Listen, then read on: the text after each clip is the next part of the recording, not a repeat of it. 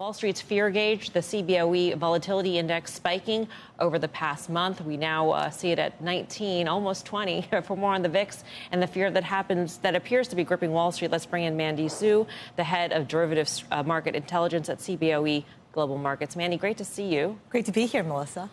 So what does the VIX tell you right now? Because it seems like the positioning right now by traders is that there is an anticipation of even higher volatility going forward. Correct. So, yes, the VIX has spiked higher this month, but I wouldn't call it unexpected in the sense that all throughout Q1, despite very, very low volatility, we started seeing traders build up positions in VIX, particularly VIX upside calls, kind of playing for this change in the volatility regime, and that's exactly what we've gotten.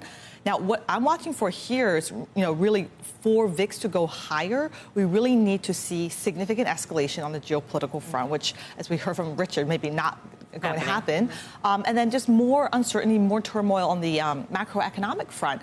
And on both cases, if you look, for example, in the rates market, what stands out to me is that rates volatility actually has been relatively muted despite the surge higher that we've seen in yields. Very different from last fall, where as rates were going higher, rates volatility was much, much more elevated, signaling there was just a lot more uncertainty about the path of rates. I think this time around, yes, we're talking about a delay in terms of Fed cuts, but the policy direction is still one way. It's still going to be cutting, right? So I think until we get meaningful risk of potential hike, that's what I'm watching for in terms of, rates volatility spilling over into equity vol, taking VIX higher. You haven't even mentioned earnings season. We're just at the start of it. Netflix being the first of the big cap tech to report, and that was disappointing. At least that's what we're seeing in the pre-market. What are you expecting here, particularly as we see semis, which had been a leader in tech? I mean, semis are about 20% of the NASDAQ. Yep. In correction territory. NVIDIA, the leader there, is in correction territory as well.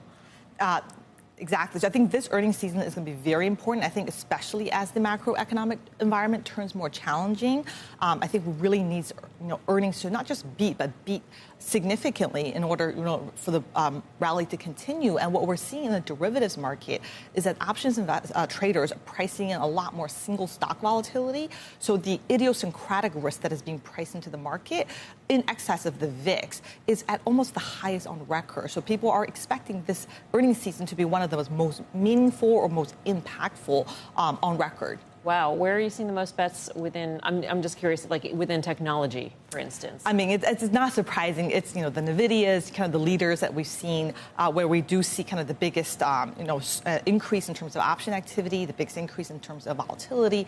That's where kind of investors have been focused on, where NVIDIA goes, kind of the rest of the sector almost, the expectations it will go. Are you getting the sense that investors are making directional bets using options, or if they're hedging a position? I think in VIX, it's primarily hedging. And what's interesting is the theme this year is that people have been gravitating away from traditional hedges and, say, S&P puts, your traditional portfolio hedges, towards volatility hedges, towards VIX.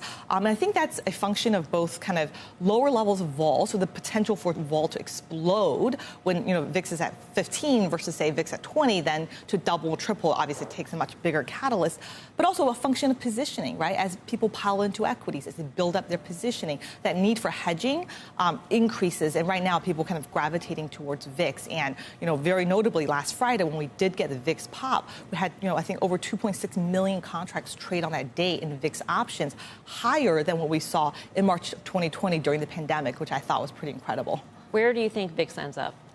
So my expectations, at least for the near term, is that we stay in this newer range of like 15 to 20. So, mid to high teens. I don't see us kind of breaking out into the 20 to 30 range until something kind of more serious on the macroeconomic front emerges. But I do think right now there is enough uncertainty with kind of direction of Fed policy and inflation and obviously earnings to keep, VIX in this 15 to 20 range. That is my expectation for the near term.